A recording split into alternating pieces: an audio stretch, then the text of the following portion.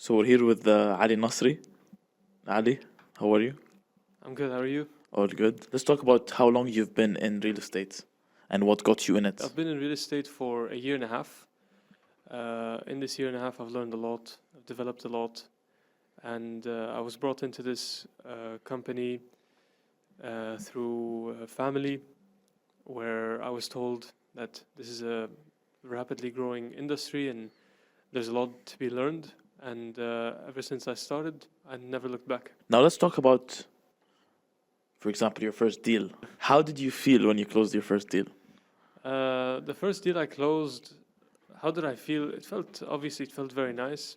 It was like 3 months since I started. During this 3 months, it was working and not seeing any results. And when the deal closed, it was amazing. I closed the deal in Rimram. It was a studio over there. It was a very low ticket, 395 or 400K. And it was a cash deal, very easy, very straightforward. But that deal led to more deals subsequently following after. So the same week, I closed another deal in downtown. So it goes to show the power of momentum and how quickly things can unfold. If you catch one, more are going to come. Now you said it took you 3 months, and some people say entering real estate takes longer than 3 months. Some people take longer than 3 months, take up to 6, maybe a year to close their first, and some close immediately. What do you think of this? Yeah, so, some people close the first month, some people it takes them 6 months, some a year. It doesn't really matter, honestly. What matters is that you're implementing daily habits that compound into, monetary results. What was the toughest challenge you faced as a new broker? As a new broker, the toughest challenge was, I think, it was mostly information. This market is huge. There's so much information to get in. Every day there are changes happening in the market. So, as new brokers, what basically tends to happen is they need to build this base, this foundation of knowledge, so that they can build on it. And the experience that they get as well from meetings, viewings, with interacting with clients on a daily basis, that's also a form of knowledge and experience. So I think the toughest thing is just absorbing everything that's happening in the market. What is one thing people don't realize about being a broker in Dubai? How hard it is. Like people only hear the good stories. They hear how much people are making, and they get very excited, and they come in and they realize just so overwhelming. And I've seen this with people coming in from abroad. They come in from other countries. They spend their yearly savings or their whatever life savings on coming here, and then they realize what they've gotten themselves into, and it's a big kind of challenge to get over. So I feel like people don't realize how difficult it is. It is hard. It's very rewarding, but it's very hard. What is one fear you notice in buyers when buying their first property? Fears, it's very basic. It's very primal, of losing, of not making it a successful investment. Most buyers who are putting in their money, it's a lot of money. It's a lot of their wealth, a lot of their savings, whatever. So, their biggest fear is that it's not a successful investment, and it's your job to convince them of. It's your job to, first of all, actually find something that works for them, and then try to deliver the message of why it's better. And have you had any client that lost out on great deals because of hesitation? Of course, 100%. In off-plan deals, this happens the most because when we talk about very competitive hot launches from Amar, Miras, whatever, those very big developers, the way it works in these launches, in these openings, is there's oftentimes, it's very, very crowded, there's a long line, and when you reach the salesperson, you have a very limited amount of minutes to choose a unit and book it. And it's like 5 minutes maximum, otherwise the next person comes. So you basically have to show the client the unit, and he has to make a decision ASAP, otherwise the deal doesn't go through. Okay, so could you tell us one story of how you faced something like this? Yeah, we had a client come in from Abu Dhabi. Actually, it was me. I went to go and collect the EOI check from Abu Dhabi. And, I traveled all the way. She wrote the check for me. and everything went very well. It was for a launch in Amar. We went to the sales center, we gave them the check, and on the launch day, we sent her 3 units that were to her descriptions or to her requirements, and because of hesitation, all of them went, and the project sold out the Oh, same wow. day. So it was devastating. Yeah, she missed it after all It was that. like one of the first off-plan deals I was closing, and for me at the time it was very painful, but Of moved course. on, and I tried to help her with other options as well. And Let's say you want to give advice to buyers or before they enter the market, what would you tell them to prioritize before buying? Location, size? What do you tell them? What do you think? there's no one-size-fits-all answer. Each buyer has a set of requirements and a set of norms that they're used to in their home country or here in Dubai. So everyone comes with something different. Buyers can be end users, they can be investors, they can have different requirements. There's such massive variety in their requirements. So I guess it's really like trying to listen to them and understand them. It's a broker's job to kind of understand them and listen to them and help them. So which client is harder to close, an investor or end user, and why? Each one has their own differences. I think it goes to the personality types more than what they're looking for. But I would say for end users, they're more difficult because they have a lot of sentimental requirements they're not really tangible for a broker to work off of. So you kind of have to understand like their background and what they're looking for, and you have to deal with them a lot so you can kind of get them what they want. A lot of the time, what they want is sentimental, as I said. So it becomes very difficult. So especially a lot of end users, they're not seasoned investors. They're not really acclimated to the market the same way agents are. So they have like requirements that don't exist or are very difficult to find.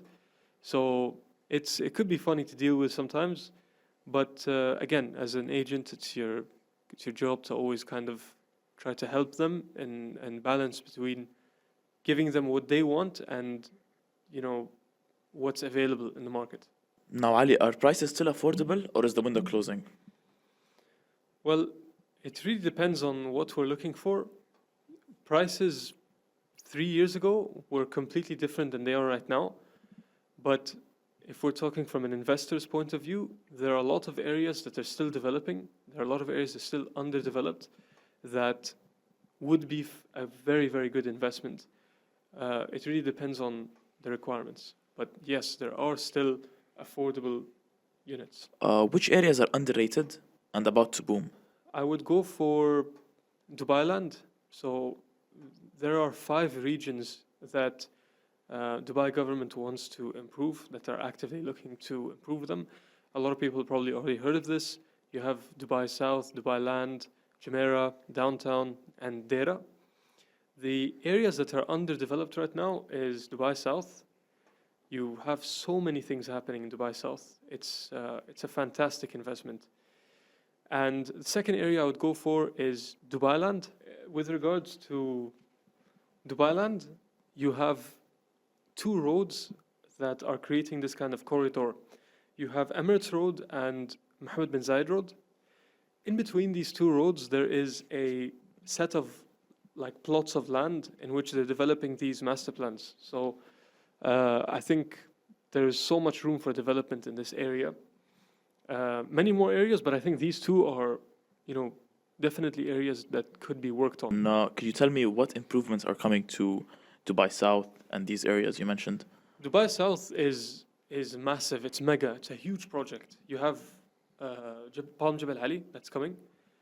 It's going to be double the size of Palm Jumeirah. Everything that was wrong with Palm Jumeirah is being improved in Palm Jebel Ali. Second thing you have is Expo. In terms of business, this is going to do a lot for Dubai.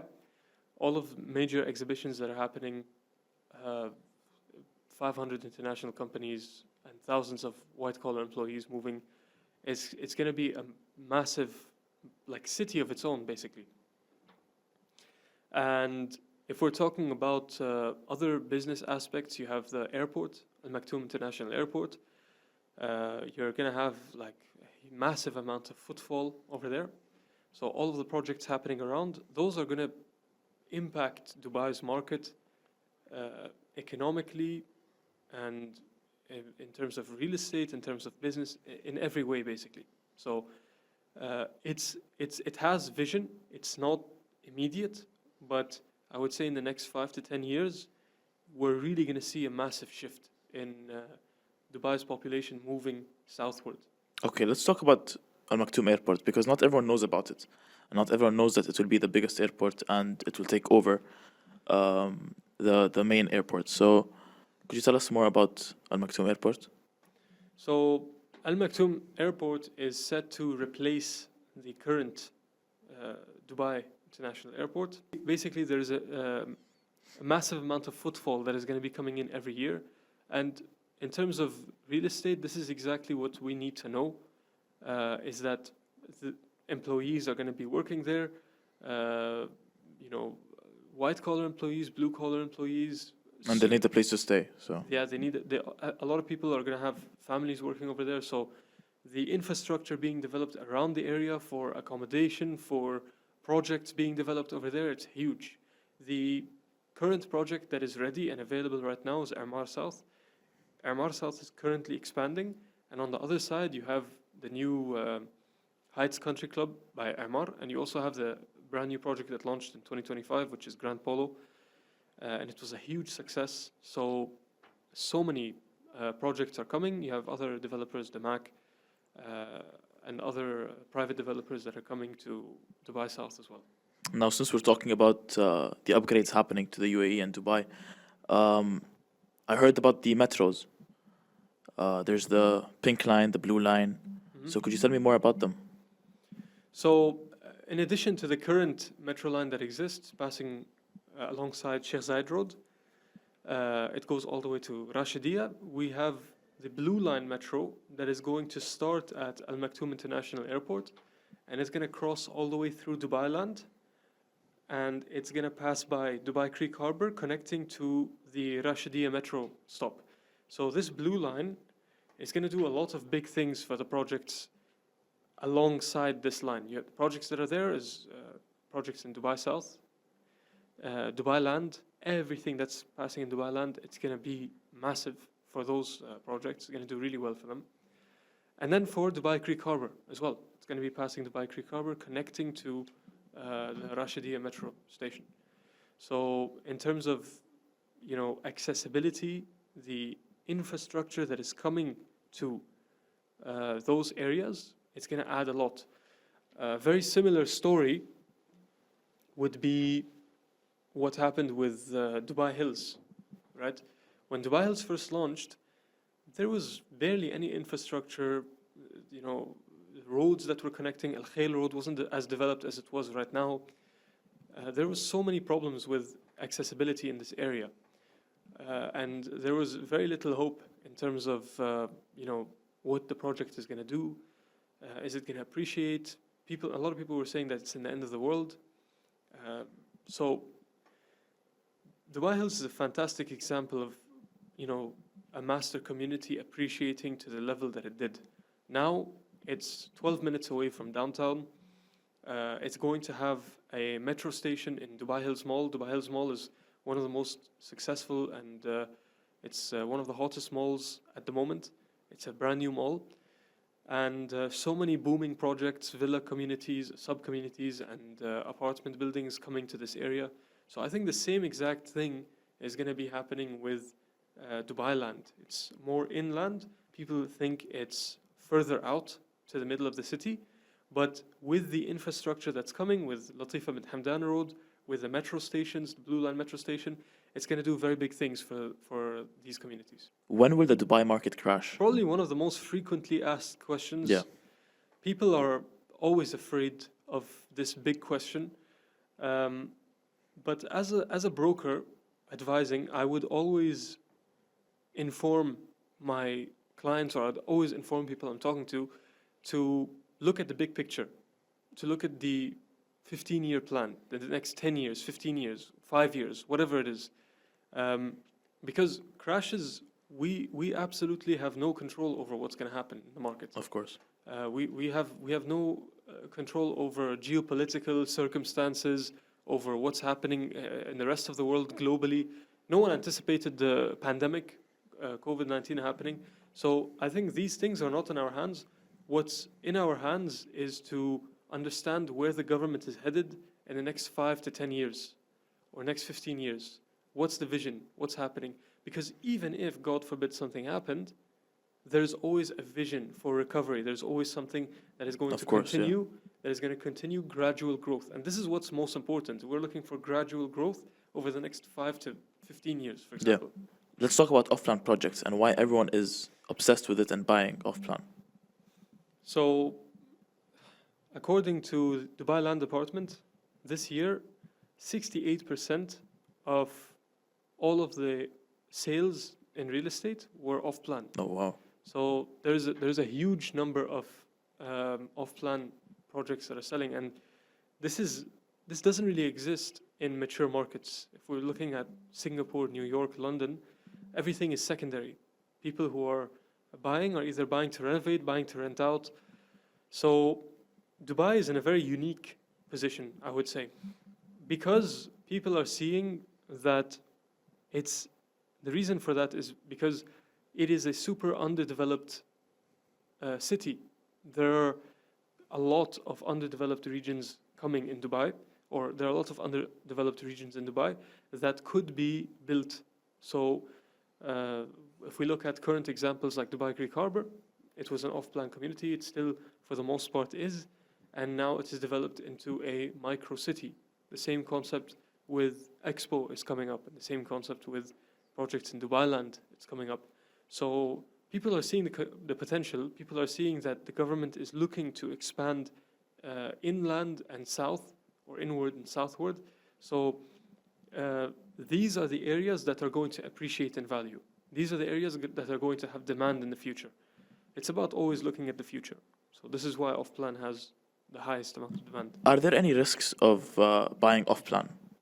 Yeah, there definitely is a risk of investing off-plan. If you don't know what you're doing, if you're investing randomly, then obviously there are massive risks. But I think this is where we come in and we try to educate we try to advise and educate on where the demand is headed, where the demand is currently, what current price per square foot rates are in the secondary market for similar projects, and what is anticipated. So us as advisors, our job is to educate our clients on what the current situation is and what the situation will be when we want to exit.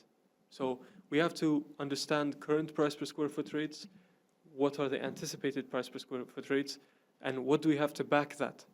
So the clearer those steps are, the higher the chances are of a successful investment. Understanding what is the entry strategy, what is the exit strategy, and so forth. Some say agents are just middlemen. What do you think of that?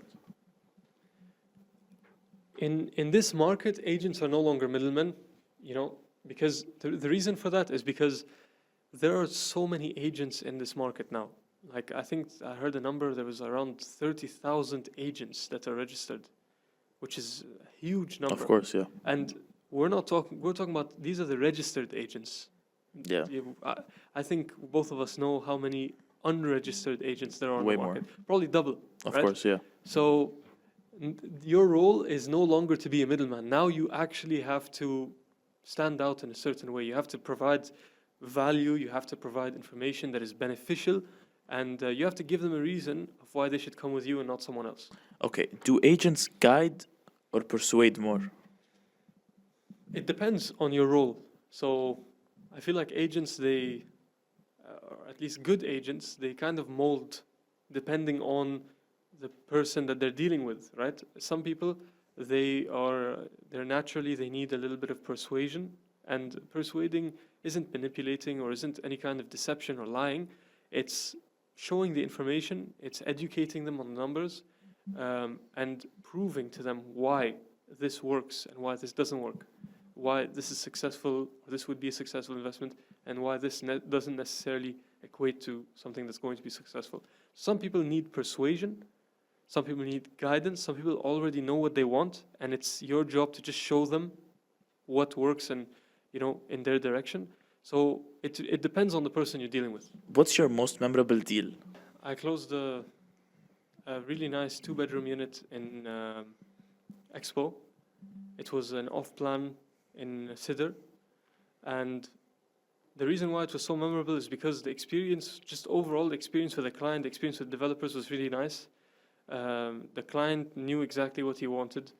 The developers had exactly what he wanted, and it was a beautiful deal. It was very smooth. How does Dubai compare to global prime cities as taxes and investments?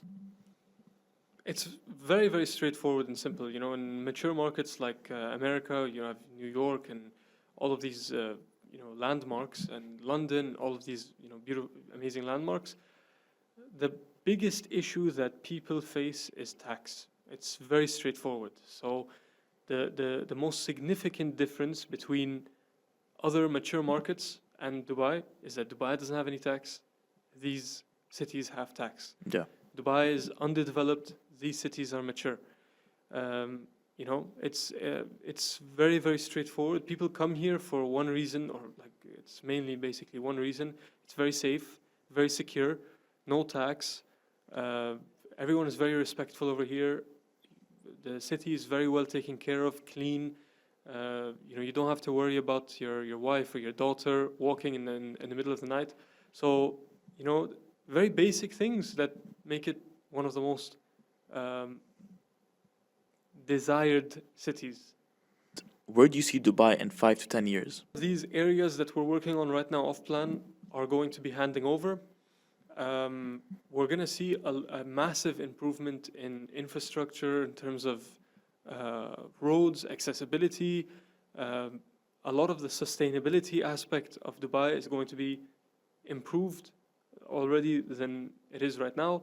There are plenty of aspects in terms of, if we're speaking purely in terms of real estate, a lot of development in communities. So that's what I see.